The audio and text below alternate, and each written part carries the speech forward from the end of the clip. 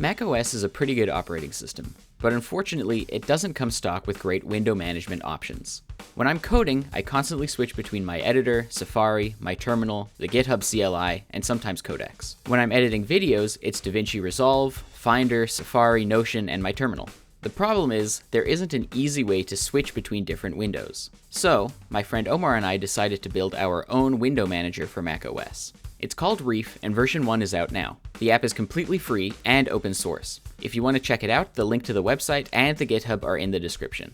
In this video, I'll show you the exact problem we wanted to solve, how we designed our solution, and all of the painful and funny lessons we learned building and shipping our first native macOS app. And trust me, building an app in Xcode has resulted in bugs that I never would have thought were possible, so be sure to stick around for those. So, what's wrong with window management on macOS? The most obvious way to switch between different windows is to drag them around and click on the one you want, but this is obviously slow. Mac does have a Command tab, where you hold down the Command key and press Tab to choose the application you want to switch to. This is better, but it does get slow if you're switching between 3 applications or more, and it can only switch between applications, not windows. So if you're trying to switch between 2 windows for the same application, you're out of luck. Now, for window switching, macOS does have another feature called Mission Control. When you press Control and the up arrow, it'll show you all of your open windows. This works fine, but not if you have 19 windows open and you have to search for the one you want. So, how can we make it faster to switch between different windows and applications? We settled on 3 must-haves. 1. Window switching has to be fast. That means keyboard only and 1 motion on average. 2. Shortcuts should be global, so we need to avoid conflicts no matter what app is open. What we came up with was to use the number keys with a customizable modifier. I use Control plus a number to activate different apps. For example, Control and 0 will bring up my code editor. 3. Our third requirement is that bindings should be robust and persistent. This requirement is probably the most important. At first, we imagined directly binding specific windows to number keys. So for example, if I had one Safari window with YouTube and another with Claude, I could bind each of those to different numbers. This sounds great until you try to make it robust. What happens if you close a window and then reopen it? Or if you restart your computer? The window looks the same to the user, but its ID has changed. This architecture is open to a lot of edge cases. And if an IDEA keeps producing edge case after edge case, it's often a sign that the model is wrong. Our solution was to focus on binding applications instead of windows. Window IDs are finicky, but application bundle identifiers are not. This solves the persistence issue, but introduces a new question. If numbers map to apps, how do we switch between multiple windows of the same app? Our answer became the core idea for our product. Give each app its own alt tab. Remember how I have 0 bound to my code editor? Pressing Ctrl 0 shows a panel with all of my editor windows. Tapping 0 cycles through them, and releasing Control brings up the selected window. By giving each app its own alt tab, we get around the major issues you'd usually associate with it. If you have just one window for each app, switching is essentially instant. I can just press Ctrl 0 and know that it'll bring up my only code editor window. And if I have 2 windows for the same app, it's just a single extra key press. This also solves the biggest problem with Alt-Tab, which is that no matter how many other applications you have open, you don't have to go through all of them just to get to the window you want. There was one other feature that we thought would be essential: profiles. Depending on what I'm doing, I want different bindings for different apps. For example, I'll want different applications bound when I'm editing videos versus when I'm writing code. You can switch between profiles using the menu up top or with key bindings.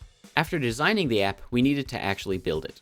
By the way, if you're enjoying the video so far, please consider giving it a like and subscribing to the channel. It really helps me out. Now back to the build. We knew that we'd be relying heavily on OS specifics, so a native Swift app was the clear way to go. The core operating system APIs we relied on were NSRunning application for binding and launching apps, CG window for getting window IDs, and AXUI element, which is actually part of the accessibility API, but we were using it for window switching. Much of the application logic was getting these 3 interfaces to work with each other, which is much easier said than done. There's very little documentation on how these things actually work. Thankfully, we were able to stand on the shoulders of giants by looking through other open source codebases like Rectangle and Alt-Tab for macOS. Using Xcode also led to one of the most bizarre bugs I've ever experienced. After getting the window switching to work, if I changed anything in the code, even something as small as adding in a print statement, the window switching wouldn't work anymore. And if I reverted the change and recompiled the app, it would work again. I just want to reiterate how insane that is. Making any change to the code, no matter where the change was made or how small it was, would break the window switching. As you can imagine, this was a nightmare to debug. What's even crazier than the bug itself was the solution, which was signing into Xcode with my Apple ID. So what was going on?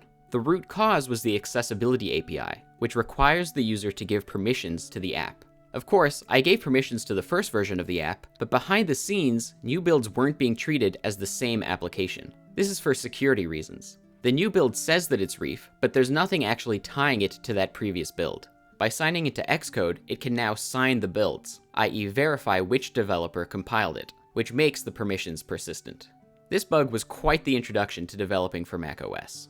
There was another bug we ran into towards the end of development, where the app would randomly crash if I left it open for more than around 24 hours. To debug this, we used the macOS console app, which stores backtraces for any app that has recently crashed. We found that each crash originated from a different SwiftData call. SwiftData is basically a wrapper around a local SQLite database that we were using to store users' preferences. I'm a little embarrassed to admit this, but we couldn't actually track down what exactly was going wrong. After many failed attempts to fix it, we decided it would just be easier to migrate the whole SwiftData setup to a JSON config, and then re-implement all of the niceties that come with SwiftData. Now, I'm not a huge fan of vibe coding, but I do think it has its place. It was really relieving to see Codex basically one-shot what would have otherwise been a week-long migration to JSON. While I was debugging that crash, Omar was working on getting semi-automatic updates set up. Luckily, it's relatively easy to implement these on macOS using a package called Sparkle. So Sparkle is this package that allows you to manage updates on your macOS app, particularly if you're distributing it outside of the App Store. Though it did require a lot of trudging through their docs. Initially, it was sort of like a game of going around to various tutorials, trying to figure out, okay, how are people setting this up? And once you figure that out, it's pretty straightforward. We also needed an app icon, which was made by our friend Megan. We're super happy with how the logo and menu bar icon turned out. She also does some really cool pottery, which you can see on Instagram at Grimy Little Cups. And if you're curious about the design process, here are some of Megan's rough drafts. Once the app was ready, we needed to decide how we wanted to distribute it. We made a website so it can be downloaded easily at getreef.app. The app is fully pay what you want, so you can also get it for free. We also thought it made a lot of sense for this project to be open sourced, so the GitHub repo is also linked in the description.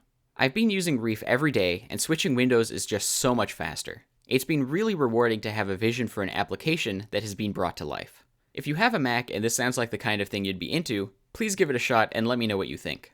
Omar and I have actually worked on another project that should be coming out in about 2 or 3 weeks, and so if you've made it this far in the video, you'll probably enjoy that one too. So if you want more build videos like this, please subscribe. And if you enjoyed this video, you'll probably also like this one, where I go over the C iceberg. Fun facts about the C programming language that go from useful to obscure. But for what it's worth, the YouTube algorithm thinks you'll enjoy this video too. Thanks for watching.